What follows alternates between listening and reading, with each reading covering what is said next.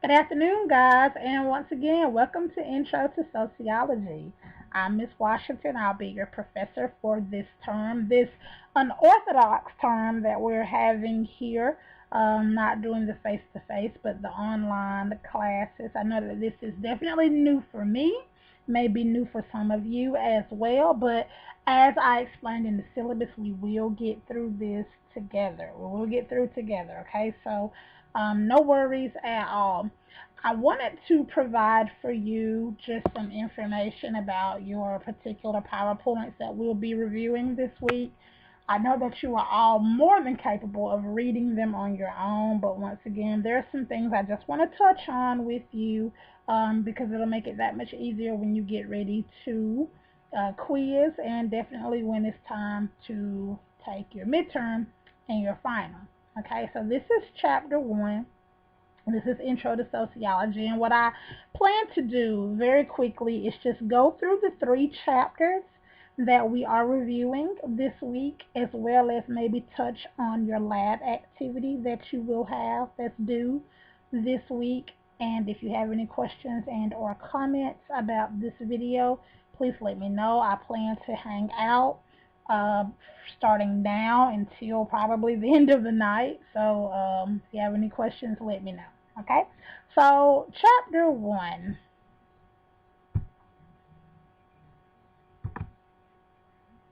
Sociology is the systematic study of human society. And at the heart of this, we have what you call the sociological perspective. What you need to know about that is basically the sociological perspective is seeing the general in the particular. In other words, we look for the same patterns in particular people. We tend to do that. The example I have here is people select marriage patterns for partners from their own social circle because they're looking for those particular qualities um, in their spouse. One would say that someone who is of a certain social stature would look for as a marriage partner someone of the same social stature.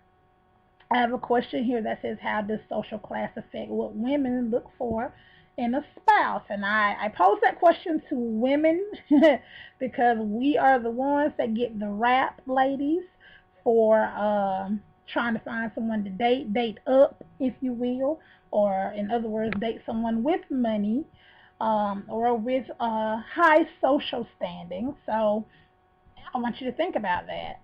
When looking for the general in the particular, how does social class affect what women look for in a spouse? Or does it at all? We tend to think that we make our own decisions about who we date or marry, but sociology plays a huge part in how we choose. This can be a hard thing to wrap our minds around because we live in an individualistic society where we think we kind of make all these decisions. Oh no, I pick my husband the way I want to pick him. I pick my wife the way I want to pick her. But sociology plays a huge part in how we do that because once again, we look for those patterns in people. We look for those patterns. 2 things that best help people see the world through the sociological perspective. The 2 major things are living on the margins or the edge of society. What this means here, I have an example, police stops. What that basically means is that whenever you are living on the edge of society, maybe deviant in a way, or just a social outcast, if you will, we're able to see things from all perspectives when we are living that way.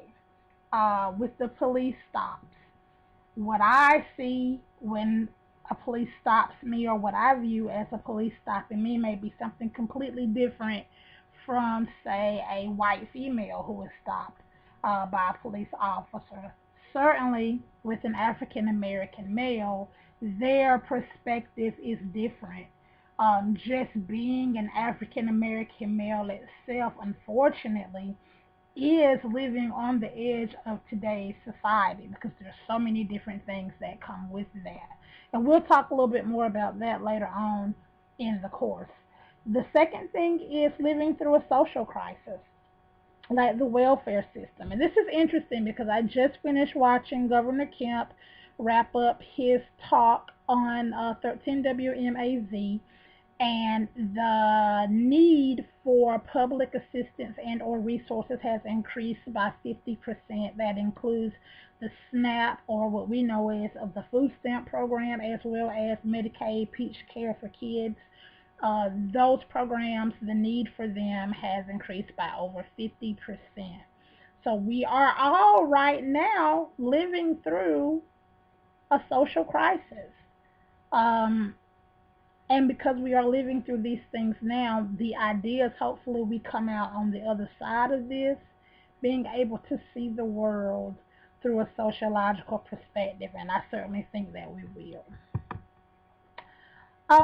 There are a lot of other things in this particular chapter, but there are three things that I want to focus on. Let me first stop right here about the sociological theory.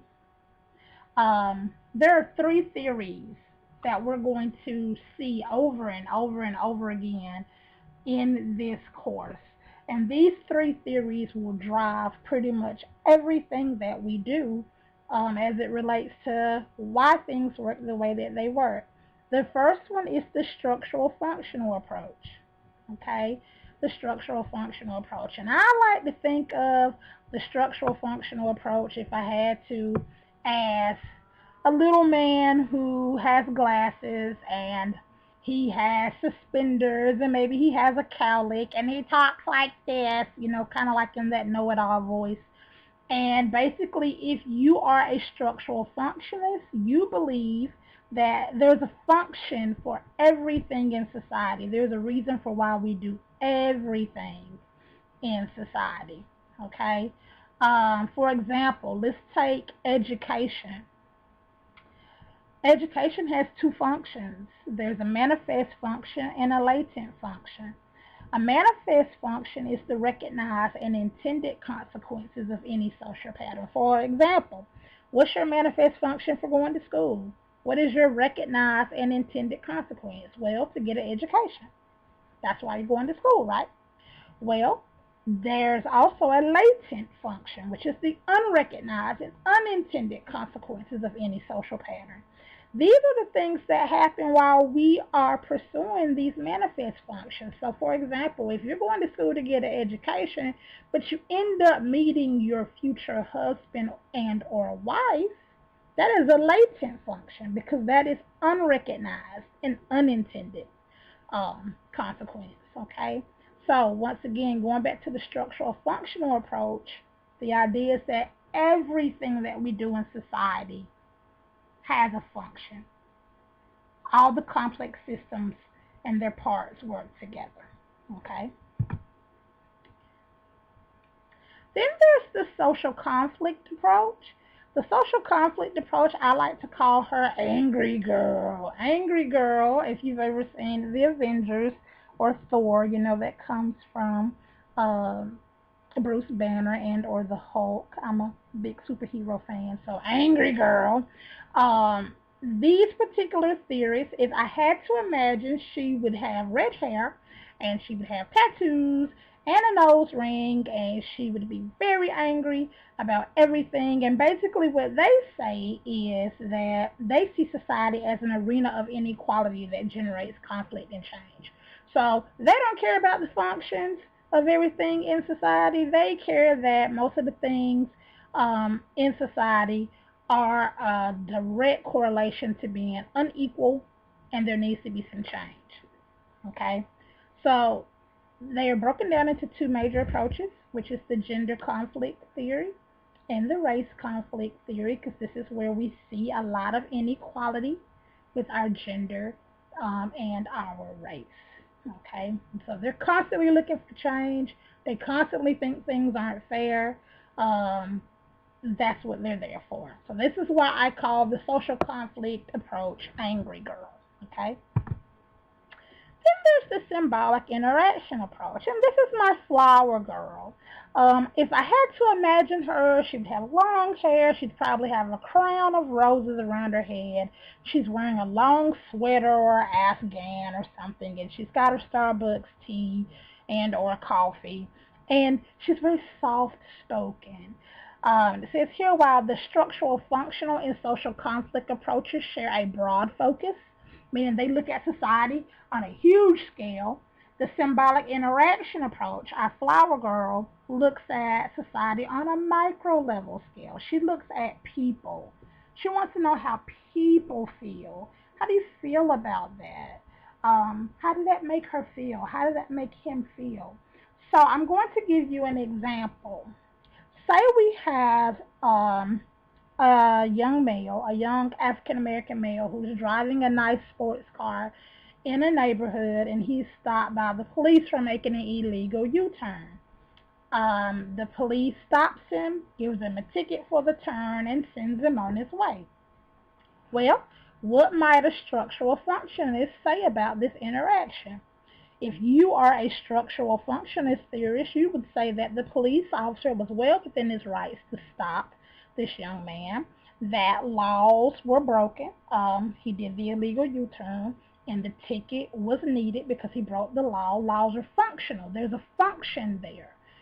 In order for us to obey the law, sometimes there are consequences for you not doing it. That's what keeps us from not obeying the law, or keeps us obeying the law, if you will.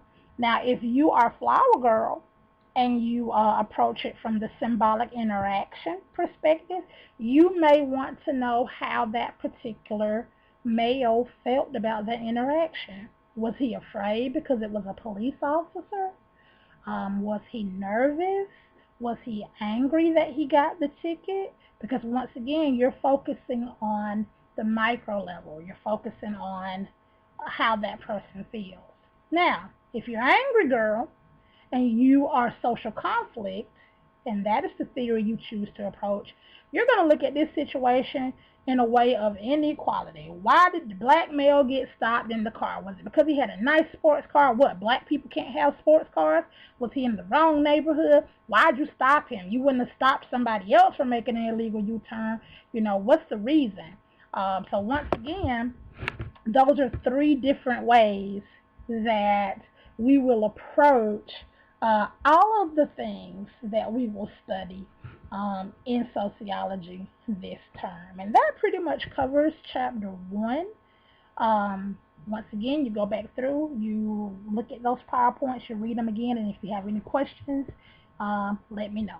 Okay? Great.